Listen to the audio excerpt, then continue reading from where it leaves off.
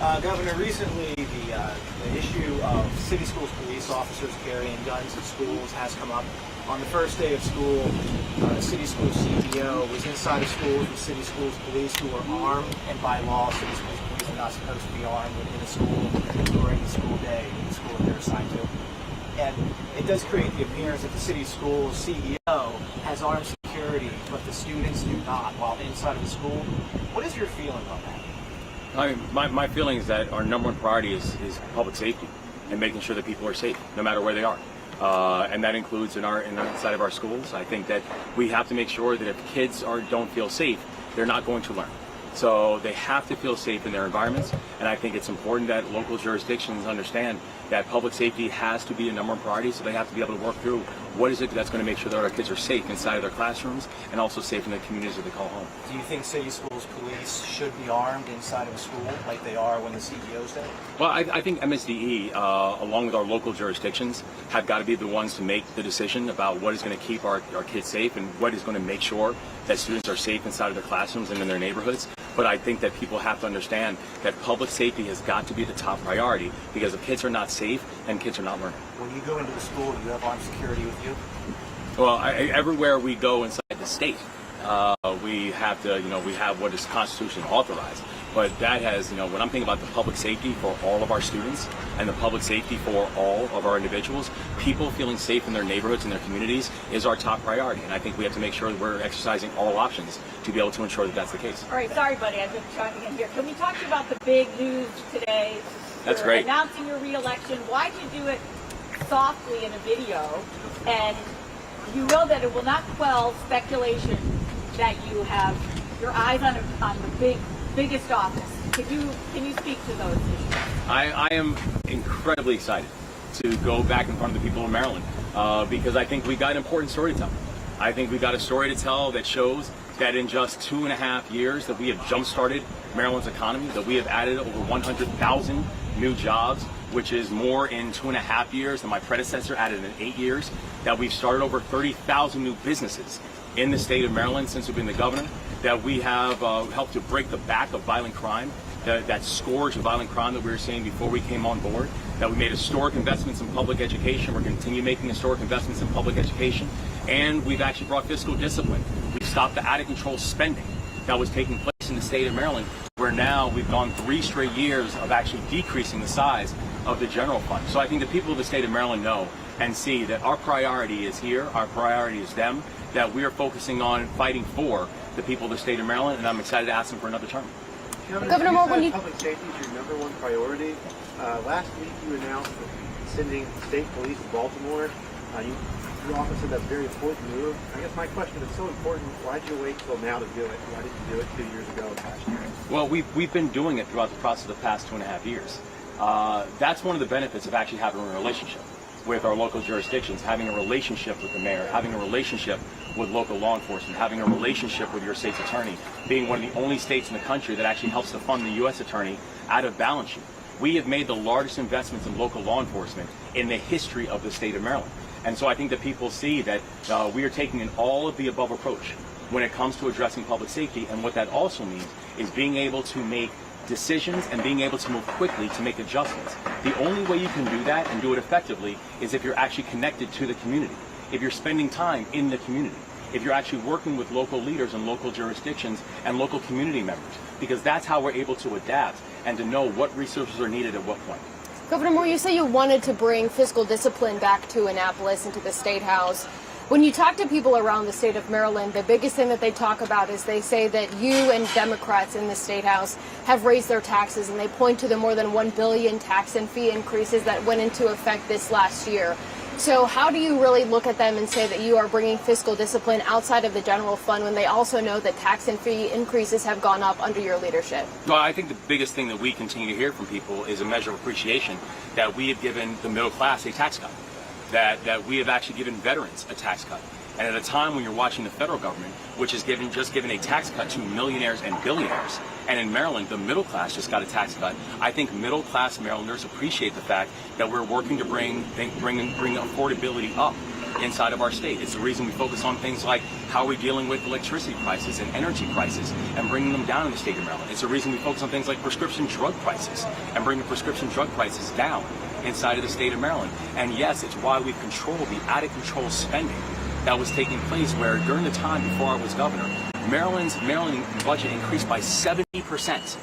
And now if you just look at the last budget, this was the largest cut to the Maryland state budget that we have seen in 16 years. And we were able to make those smart strategic cuts while also giving the middle class a tax cut. And yes, asking those who have done very well to invest a little bit more, so we could actually have the best public schools and have safe streets. And so I think people really appreciate the measure of fiscal discipline and the analytics and the data-driven analytics that we brought to this work, to know that we can both be fiscally disciplined and also make sure that the middle class is getting a tax cut and have a growing economy that can lead us through this effort.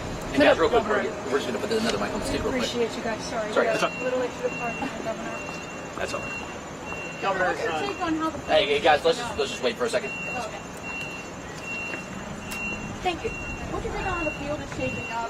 Steve Hershey announcing his collaboration, Ed Hale switching parties getting involved. Can you talk to us about the race here?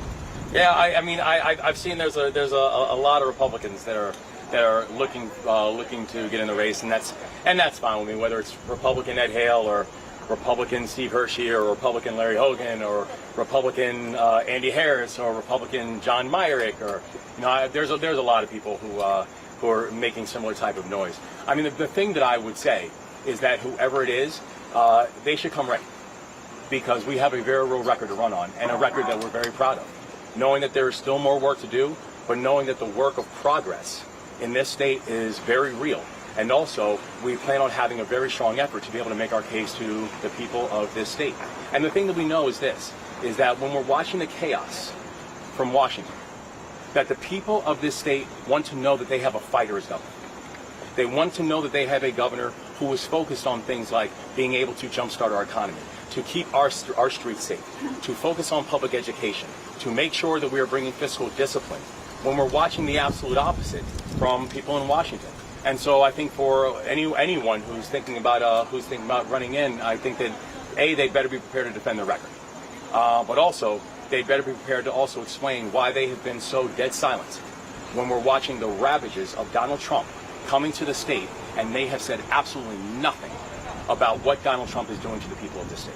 Got time for a couple more? About the federal workforce, about the federal change that happened in the federal workforce. No, it's no secret. Maryland has the second highest concentration of federal workers in the country. Federal job cuts coming from the Trump administration has hit Maryland particularly hard. Do you have any plans to address that, all of those workers that are without jobs now in your second term? Yeah, I mean, it's heartbreaking what Donald Trump and J.D. Vance and this administration have continued to do to federal workers. I mean, these are public servants.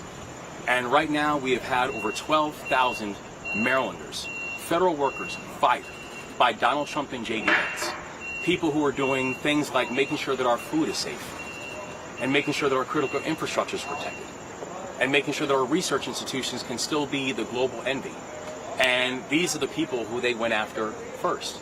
But it's just a continuation of this assault that we continue to see from Donald Trump that's coming to the state of Maryland. But I want people in the state of Maryland to know that that we are standing on that wall, and I'm a soldier. And we're going to make sure that we're defending our people.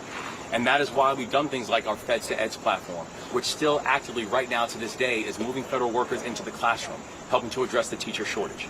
It is why we're making sure we're working with the private sector to know that the talent that we're having of our federal workers is actually going to be utilized by our private sector partners. It's why we're working with our Attorney General to make sure in the places that we can that we are filing suit against some of these actions, many of which are illegal, that the President of the United States is doing when it comes to and when it pertains to our federal workers. So we are going to defend our state. And the thing that people know about me is that I am not going to fight the people of Maryland. I'm going to fight for the people of Maryland. Anything from folks we haven't heard from yet, guys? Ask your wife and your kids about this before you did it. What was their? Did you ask them for their permission or their take on it? I do nothing without the permission of my wife and my kids.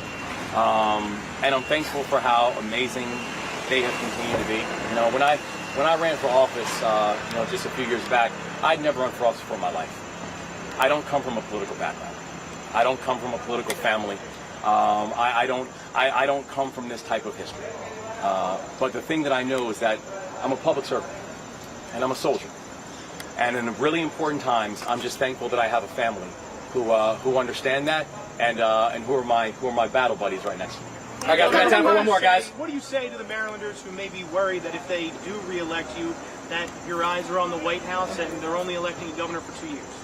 You know, I'd say that that I have never once said that I'm interested in this. And so when people say, "Are you ruling it out?" my point is, I've never ruled it in. I've been focused on this job. And I appreciate the fact that people in Maryland and the people around the country are paying attention to the progress we've made here. I'm thankful for the fact that people are looking at us and saying that Maryland is just moving uniquely, that we have some of the fastest drops in violent crime anywhere in the United States of America. We have some of the fastest new job starts and job rate growth that we have anywhere in the United States of America. I'm thankful for the fact that people are looking at Maryland as now the first state in the country that has a service year option for our high school graduates, and have a place-based investment strategy to end child poverty. These are really innovative ideas, and Maryland is leading. So I'm thankful that people around the state and around the country are looking at us and saying that they appreciate it and they're trying to model it.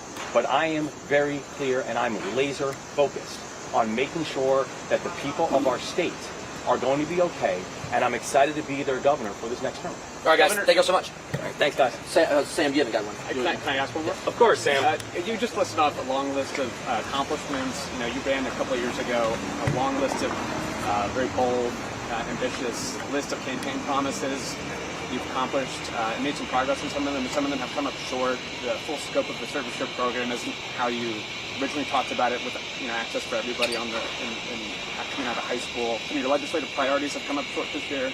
I'm curious where the biggest areas are that you think you've come up short, and where you need another term to accomplish, what you laid out 3 years ago. I think my focus is going to be, and will continue to be, making sure we have economic growth and economic diversification. When we came on board, Maryland's economy had stalled. We saw how Maryland was spending. I mean, under the previous administration, Maryland's spending increased by 70%, but the GDP was flat. So we were spending, but we weren't growing. And so we had to focus on actually diversifying our economy, getting people back into the workforce, having new business starts here, reducing the regulatory red tape, making sure that people can move faster. And that's why we've done things like our new housing EO, executive order that we just signed, that made sure that we're doing things like cutting the red tape and actually taking a look at all available state land and saying, can we build more housing on this state land because we need more housing? That we said we are going to make sure we're investing in new industries of the future, like life sciences and like technology and IT, and also aerospace and defense, because we know those are areas that Maryland has a unique chance to win at. And so we are going to focus on economic growth, because economic growth and economic diversification, and diversification off of Washington, is going to be the answer for every single one of the other challenges that we're looking to solve, and frankly was one of the biggest challenges that we inherited when we walked into, that we said we have got to fix this, and I'm really proud of the progress that we've done to start to solve for it. But my answer to the people of our state is this: we're nowhere near done. All right, guys, thank you all so much. Thanks, guys. Thank you.